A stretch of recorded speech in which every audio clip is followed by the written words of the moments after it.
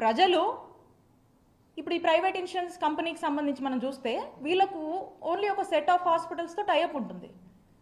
ఇక ఈ హాస్పిటల్స్లో వాళ్ళు ఈ 3257 ప్రొసీజర్స్ వీళ్ళు కవర్ చేస్తారా? వీళ్ళ వల్ల అవుతుందా? ఎన్ని ప్రొసీజర్స్ కవర్ చేస్తారు వీళ్ళు? ఎన్ని హాస్పిటల్స్ చూస్తాయి? మనము ఎంతో సపోర్ట్ చేసి ఎంతో ఒక ఫ్రెండ్లీ వాతావరణం క్రియేట్ చేసి 919 హాస్పిటల్స్ నెట్వర్క్ హాస్పిటల్స్ ఉంటే వాటిని 2300 హాస్పిటల్స్ నెట్వర్క్ హాస్పిటల్స్ వరకు మనం విస్తరించాము. ఇవన్నీ వైద్య సేవలు అందిస్తూ ఉన్నాయి. మరి మీరు ఎన్ని హాస్పిటల్స్కి ఇది వర్తిస్తుంది? ఎన్ని ప్రొసీజర్స్కి ఇది వర్తిస్తుంది? రేపు పేదవాడికి ఏదైనా అనారోగ్య పరిస్థితికి వస్తే అసలు మీరు ఇంక్లూడ్ చేస్తున్నటువంటి హాస్పిటల్స్ ఏవి, ఎక్కడికి వెళ్ళాలి? కనీసం ఇందులో సగమైనా చూస్తారా? ప్రైవేట్ హాస్పిటల్స్ ఎందుకు చూస్తాయి? ప్రైవేట్ ఇన్సూరెన్స్ కంపెనీస్ ఎందుకు ఆలోచిస్తాయన్న అలాగా ఆలోచించవు కదా. వాళ్ళు ఎంతసేపు కూడా ఇప్పుడు ఈ రోజున పరిస్థితి ఏంటంటే రాష్ట్రంలో ఒక పేదవాడికి ఏదైనా అనారోగ్య సమస్య వస్తే వాళ్ళు హాస్పిటల్కి వెళ్తే కనుక ఫస్ట్ అతను అక్కడ ఆ హాస్పిటల్లో చూస్తారో లేదో తెలీదు. ఈ పర్టికులర్ వాళ్ళకి ఏదైతే అనారోగ్య పరిస్థితి ఉందో ఆ యొక్క డిజీజ్ కవరేజ్ అక్కడ ఉంటుందో లేదో కూడా మనకు తెలియదు.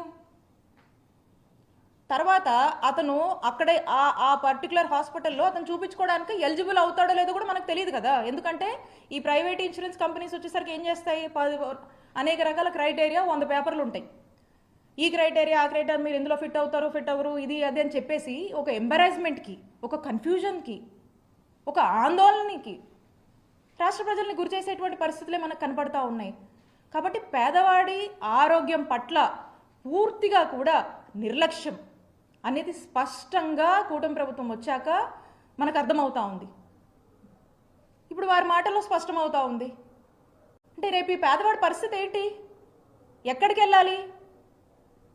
ఎవరు బాధ్యత తీసుకుంటారు? ఆనాడు వైఎస్ రాజశేఖర రెడ్డి గారు రాష్ట్రంలో ఉన్నటువంటి ప్రతి ఒక్కరిలో నాకేదన్నా అయితే మా ప్రభుత్వం ఉంది, మా ప్రభుత్వము నాకేదన్నా అనారోగ్యం వస్తే ఆరోగ్యశ్రీ కింద నాకు భరోసానిస్తుంది, నా కుటుంబ సభ్యులకు ఏదైనా అయితే ఆరోగ్యశ్రీ కింద భరోసానిచ్చి మేము ఉచితంగా వైద్యము చేసుకునేటువంటి అవకాశం మా ప్రభుత్వం కల్పిస్తుంది అనేటువంటి గుండె ధైర్యంతో పేదవాడు ఒక భరోసాతో ఉంటాడు. ఏదైతే ఆ భరోసా ఉందో దాన్ని బ్రేక్ చేస్తుంది ఈ కూటమి ప్రభుత్వం. ఈ రోజున ఆ కాన్ఫిడెన్స్ని కోల్పోతున్నారు ప్రజలు. ఈ విధంగా వీరు చేస్తున్నటువంటి ఆలోచనకి పూర్తిగా వైఎస్ఆర్ కాంగ్రెస్ పార్టీ అగేన్స్ట్గా ఉందని తెలియజేస్తున్నాం. We are against the private insurance hybrid model what you are looking at. మేము డిమాండ్ చేస్తూ ఉన్నాము, ఆరోగ్యశ్రీ ట్రస్ట్ కింద ఏదైతే 90% మంది కుటుంబాలని ఈ రాష్ట్రంలో కవర్ చేస్తూ అవుట్ ఆఫ్ పాకెట్ ఎక్స్పెండిచర్ లేకుండా పేదవాడు సంతోషంగా ఈ రోజున హాస్పిటల్కి వెళ్ళి ఎక్కడంటే అక్కడ ఉచితంగా వైద్య సేవలు అందుకునేటువంటి పరిస్థితుల్లోంచి ఇలాంటి ఊబిలోకి మీరు ఒక థర్డ్ పార్టీ ఎంగేజ్మెంట్ పెట్టుకొని అక్కడికి మీరు నెట్టేయడము, వాళ్ళకి ఎటువంటి భరోసాని కల్పించకుండా మరి ఈరోజు ఇలాంటి పరిస్థితుల్లో రాష్ట్ర ప్రజలు మీరు మిగిల్చమనే దానికి వీఆర్ టోటలీ అగేన్స్ట్. అలాగే ఆరోగ్య ఆసరా మీకు తెలిసింది ఒక గొప్ప కార్యక్రమం. అంటే ఒక రోగి సర్జరీ అయ్యి కోలుకునే సమయం ఏదైతే ఉంటుందో రికవరీ పీరియడ్లో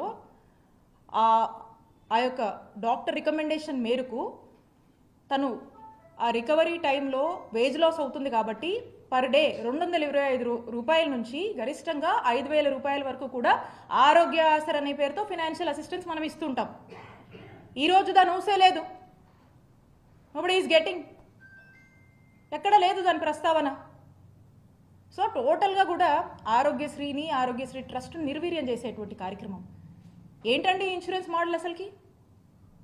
ఈ రోజున ఆరోగ్యశ్రీని ఆనాడు వైఎస్ఆర్ గారు మొదలుపెట్టిన దగ్గర నుంచి జగన్మోహన్ రెడ్డి గారి ప్రభుత్వం వరకు మీరు చూసినట్టయితే ఆరోగ్యశ్రీ ట్రస్ట్ని ఎంత ఒక ముఖ్యమంత్రి ఎంత స్ట్రెంగ్తన్ చేయగలుగుతాడో అంతలా ఆరోగ్యశ్రీ ట్రస్ట్ని స్ట్రెంగ్తన్ చేసినటువంటి ఏకైక ప్రభుత్వం జగనన్న ప్రభుత్వం అని ఎప్పటికీ ఎవరిని అడిగినా కూడా ప్రతి పేదవాడు కూడా చెప్పేటువంటి భరోసాని నమ్మకాన్ని జగనన్న ప్రభుత్వం కలిగించింది.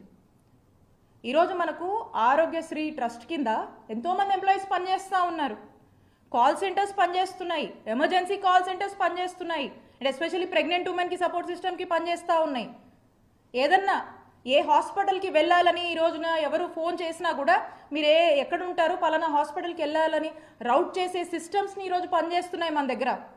అలాగే ఈ అన్ని సిస్టమ్స్ మనం పెట్టినటువంటి సిస్టమ్స్ని మెయింటైన్ అండ్ మానిటర్ చేస్తున్నాం. మళ్ళీ ఇవి సరిగా పనిచేస్తున్నాయి మనమే ఒక క్రాస్ చెక్ మెకానిజం పెట్టుకొని ఇవి బాగానే ఫంక్షన్ అవుతున్నాయా, బాగానే పనిచేస్తున్నాయా, ప్రజలకి సరైన టైంలోనే అన్నీ మనము అందించగలుగుతున్నామా, అంబులెన్స్లు కరెక్ట్గానే వెళ్తున్నాయా, ఏ హాస్పిటల్కి వెళ్తున్నారో అవన్నీ కూడా మనం ప్రాపర్గా ఒక గైడెన్స్ ఇచ్చి రౌట్ చేస్తూ దీన్ని మనమే మానిటర్ చేసుకుంటున్నాము. ఇంత పెద్ద వ్యవస్థని, ఇన్ఫ్రాస్ట్రక్చర్ ఫెసిలిటీస్ని, ఇంత పెద్ద మెకానిజంని మనం క్రియేట్ చేసి దీన్ని స్ట్రెంథన్ చేస్తూ ప్రజల్లో ఒక భరోసా కల్పిస్తూ మనం వైద్య సేవలు అందిస్తుంటే ఇంత సిస్టమ్ని కాదని, ఇంత మెకానిజంని, ఇన్ని ఇన్ఫ్రాస్ట్రక్చర్ ఫెసిలిటీస్ మన దగ్గర ఉండగా కూడా దీన్ని ఒక అసైడ్ పక్కన